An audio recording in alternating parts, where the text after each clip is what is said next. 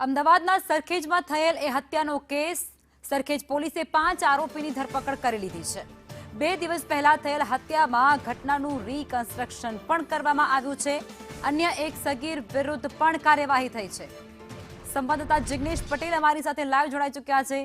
જિગ્નેશ, શું છે સંપૂર્ણ બાબત આ મુદ્દે? વાત કરવામાં આવે તો જે બનાવ છે તે અમદાવાદના સરખેજ વિસ્તારનો છે કે જ્યાં 2 દિવસ પહેલા જે હત્યાનો બનાવ બન્યો હતો, એક યુવકને અહીંયા હત્યા કરવામાં આવી હતી અને પોલીસે એ હત્યામાં સંડોવાયેલા જે 5 આરોપીઓ છે તેમને ઘટના સ્થળે લાવી અને તેની છે તે તપાસ શરૂ કરી છે।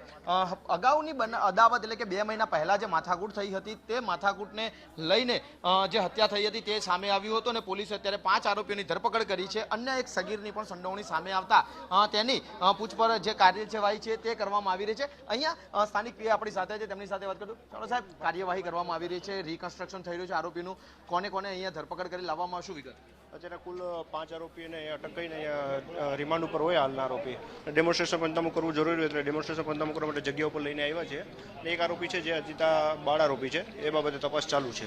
સાહેબ, કારણ શું હતું? અગાઉની અદાવત જ કે પછી કોઈ નવો વિવાદ ઉભો થયો હતો? કોઈ સોશિયલ મીડિયાની પોસ્ટ પણ સામે આવી રહી છે, શું કાર્યવાહી? અગાઉ પણ એને લોકોને માથાકૂટ થઈ હતી, પણ એ માથાકૂટનું મૂળ કારણ એ લોકોને એક છોકરી બાબતે હતું બંને પક્ષને। અને આજે માથાકૂટ થઈ એ દિવસે જે આ કામનો સહાયક છે આશીષ ઠાકોર, એમણે પોતાના વોટ્સઅપ સ્ટેટસ ઉપર જે સ્ટેટસ મૂક્યું હતું એ સામેવાળા પક્ષના લેડીઝને લગતું હતું, એટલે એ લોકોએ આજે એને પહેલાં સમજાવવાની કોશિશ કરી, પછી એ લોકોને જ્યારે બાબતે કંઈ નિરાકરણ ન આવ્યું એટલે આ બાબતે માથાકૂટ થયેલી।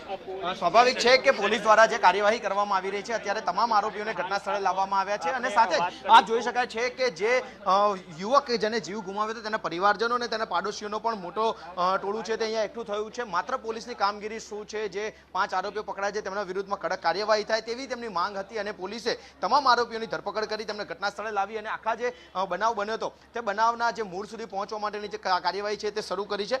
પોલીસ તપાસમાં 2 હકીકત સામે આવી છે। એક હતી જૂની માથાકૂટ જે 2 મહિના પહેલા થઈ હતી અને વધુ એક બનાવ એ બન્યો હતો કે હત્યાના દિવસે સવારે સોશિયલ મીડિયા પર એક પોસ્ટ મૂકવામાં આવી હતી અને તે કારણ માટે પણ પોલીસ તેને જવાબદાર માની રહી છે। જો કે પોલીસ તપાસમાં આખરે શું હકીકત સામે આવે છે અને જે 5 આરોપીઓના રીકન્સ્ટ્રક્શન પંચનામું પૂર્ણ થયા બાદ નવા કોઈ ખુલાસા થાય છે કે કેમ તે જોવું મહત્વનું રહેશે। જી લખમા।